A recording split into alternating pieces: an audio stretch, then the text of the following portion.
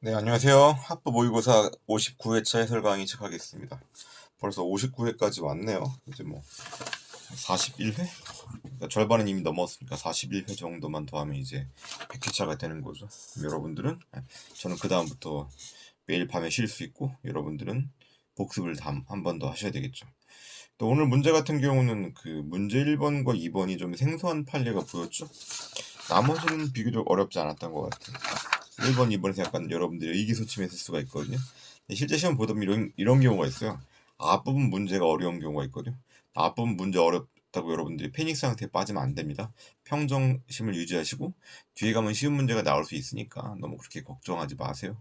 자, 일단 1번부터 보겠습니다. 행정법의 일반 원칙에 대한 설명으로 옳지 않은 것은 1번의 동그라미 1번, 2번 같은 경우 잘 못 보던 판례예요. 읽어보게 되면은 개정 게임산업 진흥에 관한 법률 부칙에서 이 법이 일반 게임 제공업의 경우 오락실이죠. 허가제를 도입하면서 다만 기존의 영업자에 대해서는요.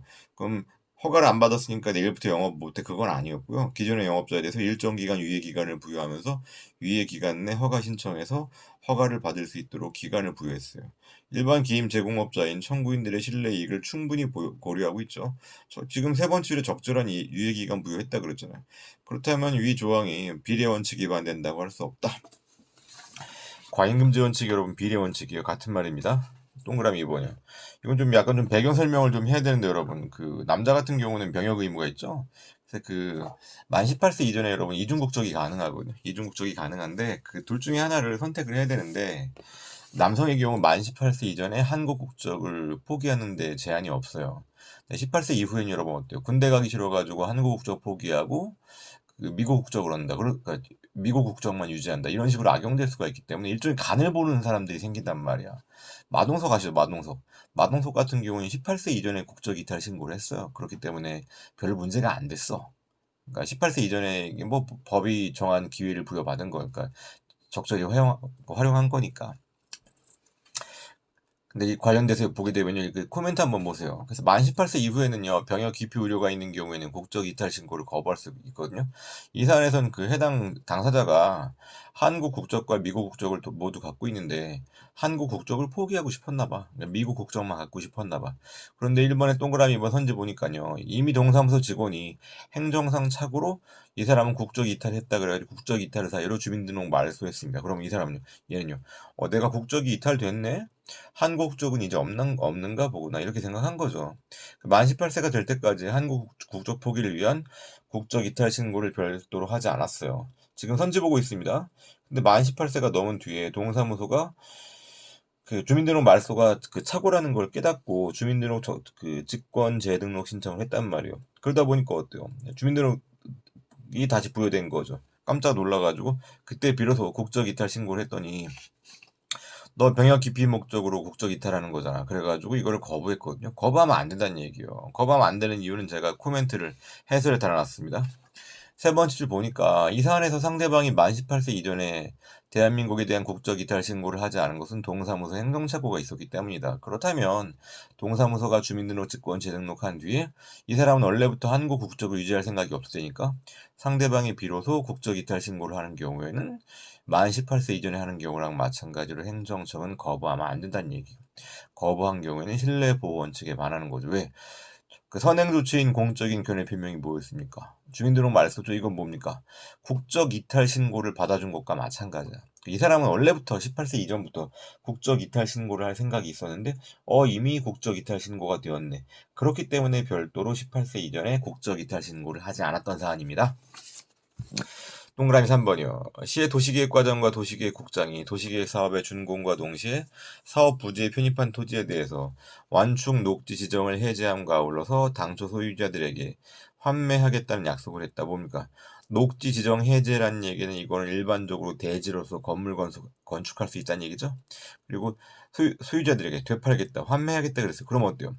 토지 소유자들은 환매, 되산 다음에 녹지가 아니니까 건물을 지을 수 있는 거죠. 그런데 그 이를 믿고 토지를 협의 매매한 토지 소유자의 완충 녹지 지정 해제 신청을 거부한 것은 안 판대. 그리고 녹지 지정도 해제해주지 않겠대. 이런 경우는 상대방의 신뢰에 반하는 거죠. 동그라미 4번이요. 국가가 국가로부터 국유재산의 관리 처분에 관한 사무를 위탁받은 자가 국가나 그런 국유재산의 관리 처분에 대한 사무를 위탁받은 자가 국유재산의 무단 점용 사용을 장기간 방치했다. 그 뒤에 변상금 부과 처분을 했다. 나중에 알게 된 거죠. 나중에 알게 됐으면 그때에도 비로소 어떻게 할 수 있다? 변상금 부과 처분을 할 수 있단 말이에요. 이건 신뢰보호 원칙에 반하지 않는다. 다만 현행 행정기본법에 따르면 실권의 법리가 적용될 여지가 있긴 해요. 다만 실권의 법리가 적용되려면은 상대방에게 정당한 사유가 인정돼야 되거든요. 그런데 우리 문제는 그런 상대방에게 정당한 사유가 인정된다는 사실관계가 나와 있지 않잖아. 그렇기 때문에 신뢰보호 원칙에 반하지 않는다. 그 원칙 그대로 받아들이시면 되는 겁니다. 해설 코멘트 한번 보세요. 문제 2번 보겠습니다. 아래와 같은 상황에서 불합격 처분을 받은 수험생이 행정소송을 제기하였다고 할 경우에 시행령의 해당 규정과 관련된 법원의 입장으로 옳은 것은 이게 뭐냐면요. 변리사 시험이었는데 변리사 시험이 원래 그 1차 시험이 그 절대평가였거든요. 평균 60점만 넘으면 다 1차 시험 합격하고 2차 시험 볼 수 있었어요. 변리사 시험의 핵심은 2차 시험이었죠. 그런데 이게 변리사 시험을 볼 때 2차 시험 볼 수 있는 자격이 있는 사람이 1차 시험에 합격한 사람도 있고 또 그 뭡니까 특허청 공무원들한테는 1차 시험 면제를 해줘요. 그런데 특허청 공무원들이 2차 시험을 봐야 되는데 1차 시험 합격자 숫자가 많으면 어때요?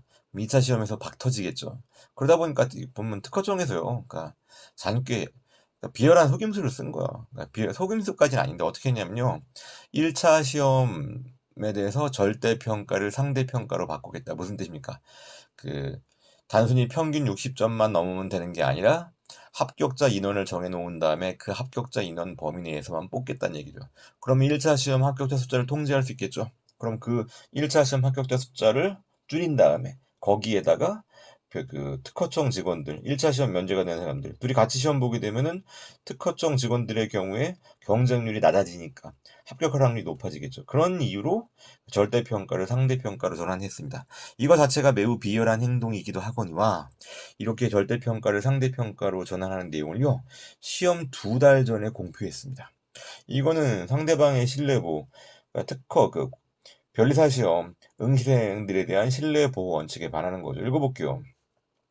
국가 자격시험에 관련된 법률에 소관 중앙행정기관이 특허청이 오랜 기간 시행되었던 절대평가제를 상대평가제로 전환하는 내용으로 시행령을 개정하면서 해당 시험을 목전에 앞둔 2개월 전에 공표 시행하는 조치를 취하면서 이건 거의 만행 수준이죠.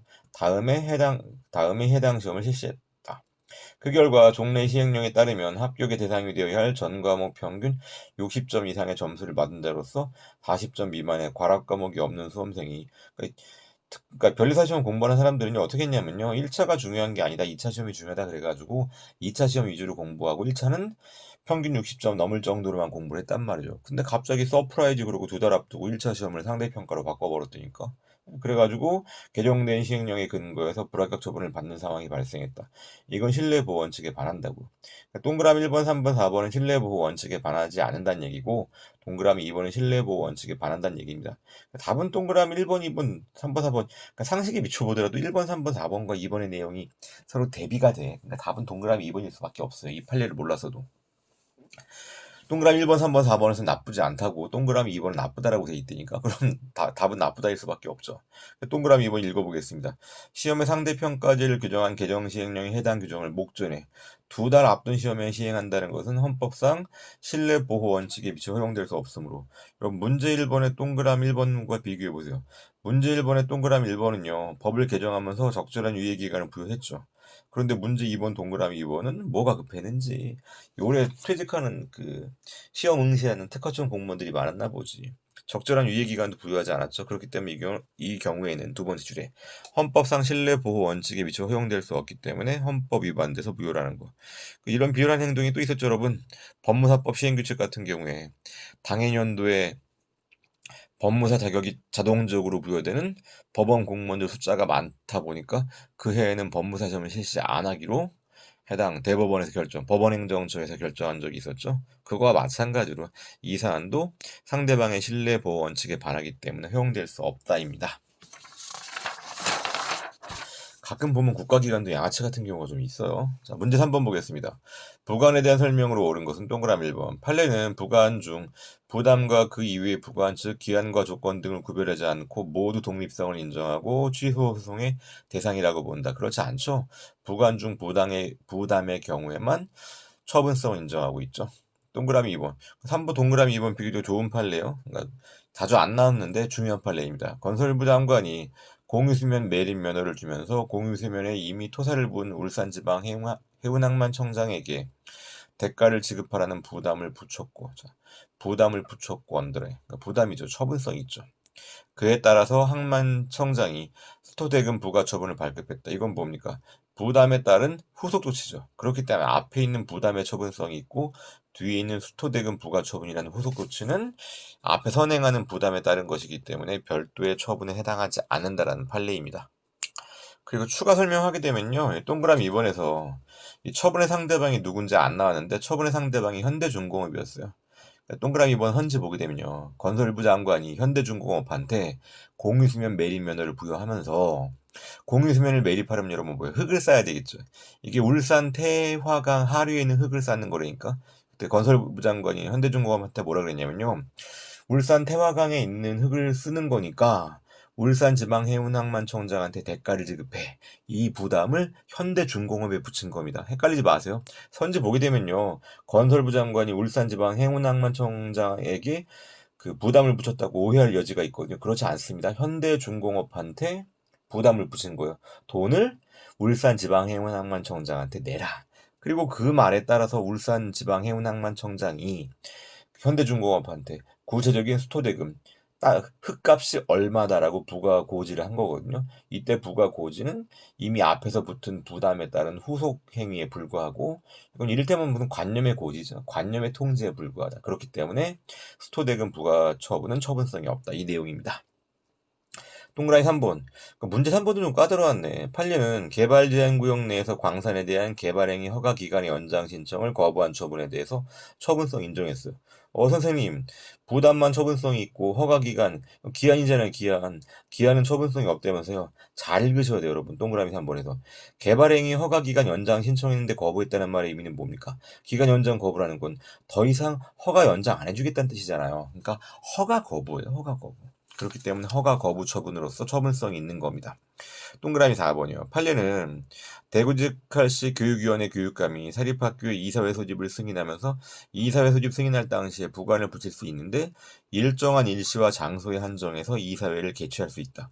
이건 부관을 붙일 수 있는 내용이 아니란 얘기예요. 아니 어디서 그 이사회를 열지 그리고 구체적으로 어떤 날짜에 열지 이거는 해당 사립학교가 결정하는 거지. 이런 부분에 대한 부과는 허용되지 않는다. 그렇기 때문에 이러한 부과는 효력이 없다는 내용.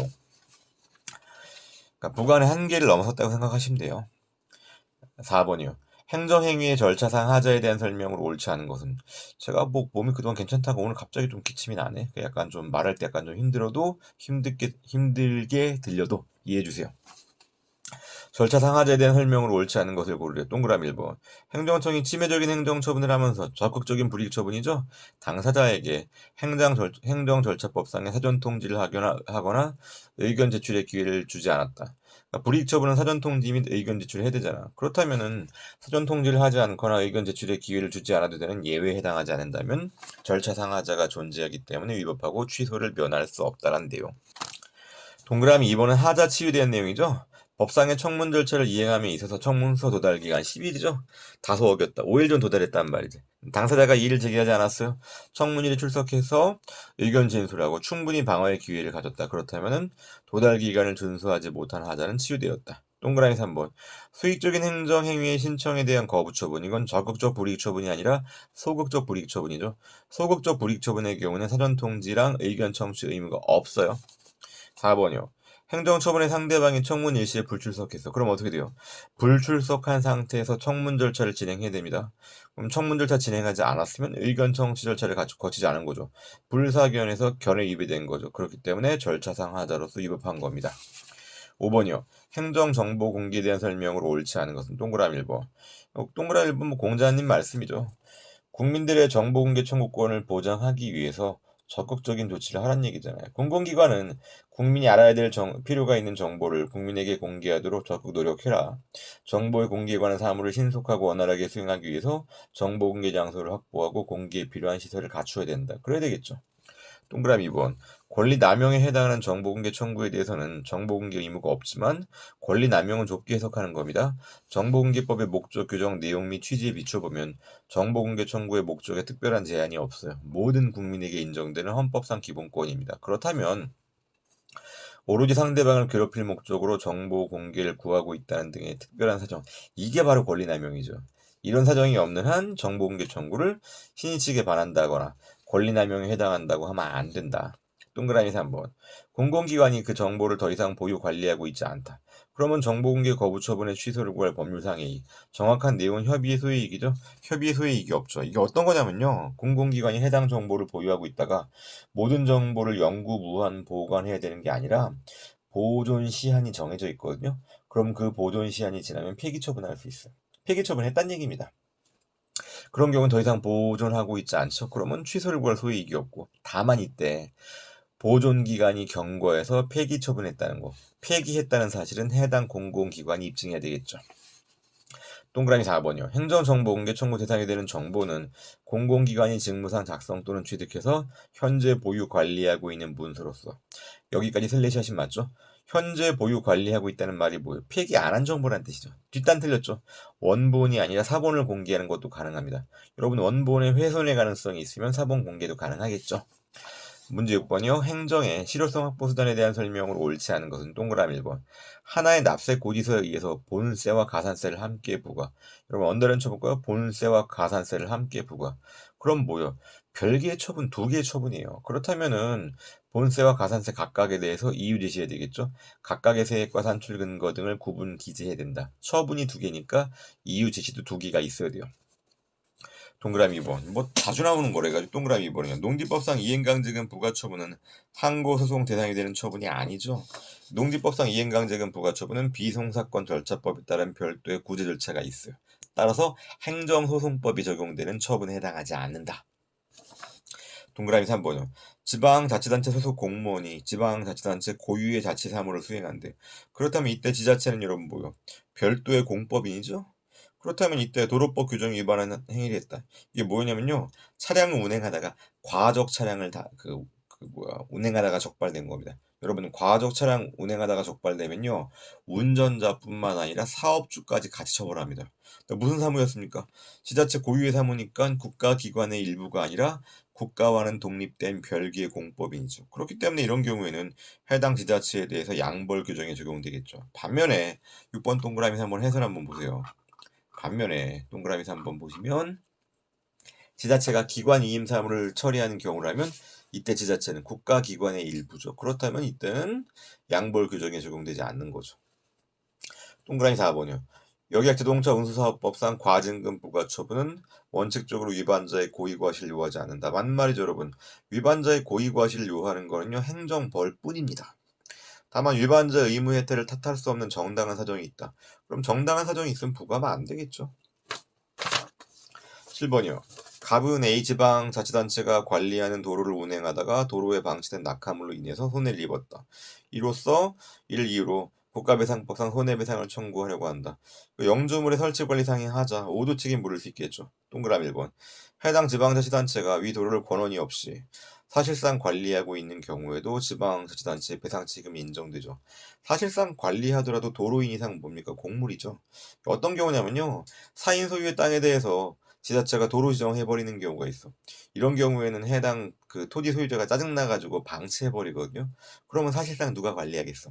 지자체가 관리하겠지. 이 경우에 영주물 책임이 인정되는 겁니다. 토지 소유주가 관리를 포기한 사도.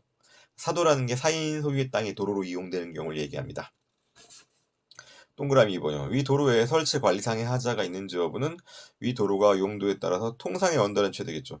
통상 갖춰야 할 안전성이 있는지 여부에 따라 결정된다. 고도의 안전성까지 갖출 필요는 없어요. 통상적인 안전성이면 되는 겁니다. 100점 만점에 100점일 필요는 없다고요. 한 100점 만점에 90점 정도면 충분한 겁니다. 근데 만약에 90점도 못 갖췄다. 그러면 하자가 있는 거죠. 동그라미 3번이요. 동그라미 2번 관련해서 제가 예전에 100점 만점에 85점 얘기하면서 뭐 공무원 시험 합격하려면 85점 정도면 되잖아요. 이렇게 얘기를 했는데 최근에 여러분 어때요? 인원이 감축되면서 커트라인 많이 올라갔습니다. 이게 그 100점 만점에 85점 갖고는 공무원 시험 붙을 수가 없어요. 90점 이상 받으셔야 돼요. 동그라미 3번. 위 도로가 국도래요. 그 관리권이 A지방자치단체의 장에게 위임되어 있다. 이때 A지방자치단체가 도로의 관리에 필요한 일체 경비를 대외적으로 제출하는 자다. 그럼 해당 지자체는 뭡니까? 비용 부담자죠.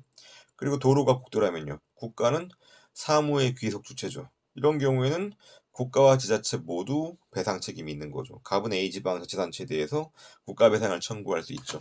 6조에 따른 비용 부담자 책임을 지울 수 있는 겁니다. 동그라미 4번. 갑이 배상을 받기 위해 소송을 제기하는 경우에는 국가배상 청구 소송의 법적인 성격은 손해배상 청구 소송이잖아요.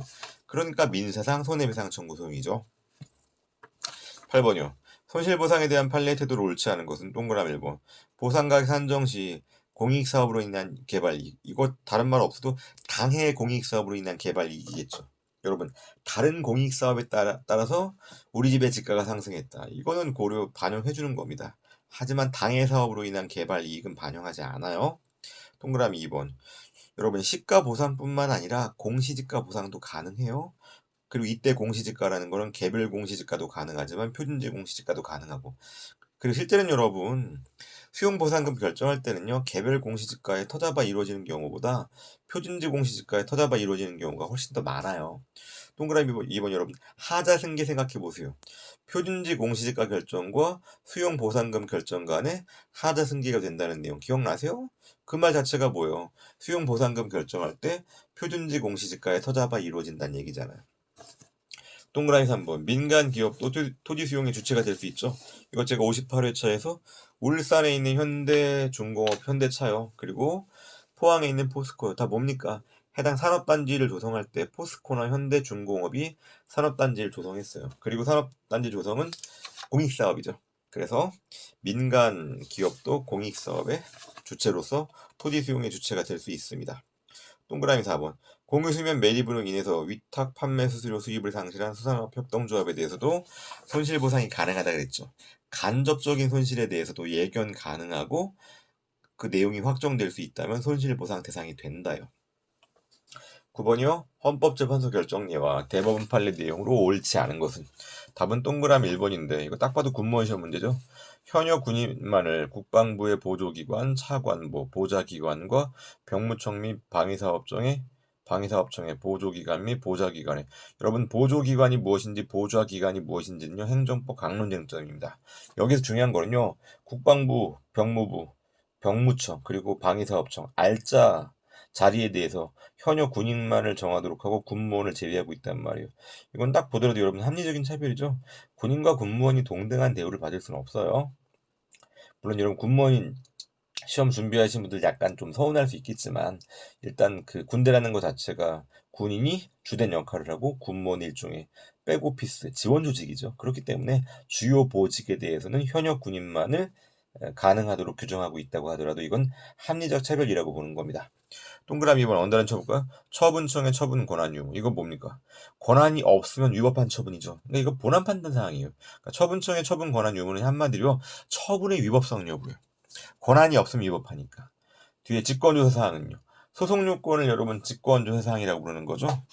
처분청의 처분 권한 유무는 본안 판단 사항이지 소송 요건이 아니에요. 동그라미 3번이요. 행정 권한의 위임이 행하여졌다. 그러면 위임이 이루어졌으니까 위임청은 더 이상 사무를 처리할 권한이 없는 거죠. 수임청이 권한 있는 자가 되는 거고 내부 이용과 달라요. 동그라미 4번. 자동차 운전면허 시험 관리 업무는 국가행정사무 맞습니다. 통일적으로 규율해야 되니까. 지방자치단체의 장인 서울특별시장이 국가로부터 그 관리 업무를 기관 위임받아 국가행정기관의 지위에서 그 업무를 수행한다. 이때 서울시장은 국가기관의 일부죠.